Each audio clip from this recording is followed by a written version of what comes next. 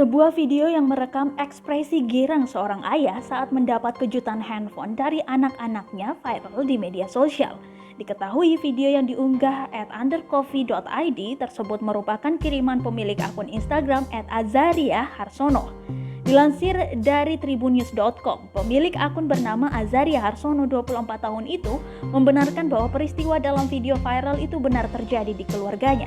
Azaria menyebutkan pemberian kejutan untuk ayahnya tersebut berlangsung pada 27 Juli 2020 lalu.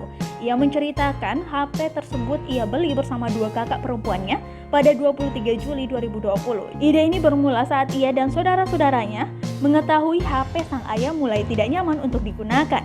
Mereka bertiga pun lantas berinisiatif untuk menabung supaya dapat membelikan HP baru untuk sang ayah. Perempuan yang tinggal di Jakarta Barat itu mengatakan, ia sebelumnya pernah memergoki sang ayah mencari tahu mengenai Samsung S20 Plus. Ia dan kakaknya pun kemudian menabung hingga dapat membeli ponsel tersebut. Dari dulu bapak kita memang kalau buat dirinya selalu irit, padahal untuk anak istrinya pasti beliau kasihnya yang terbaik, tutur Azaria.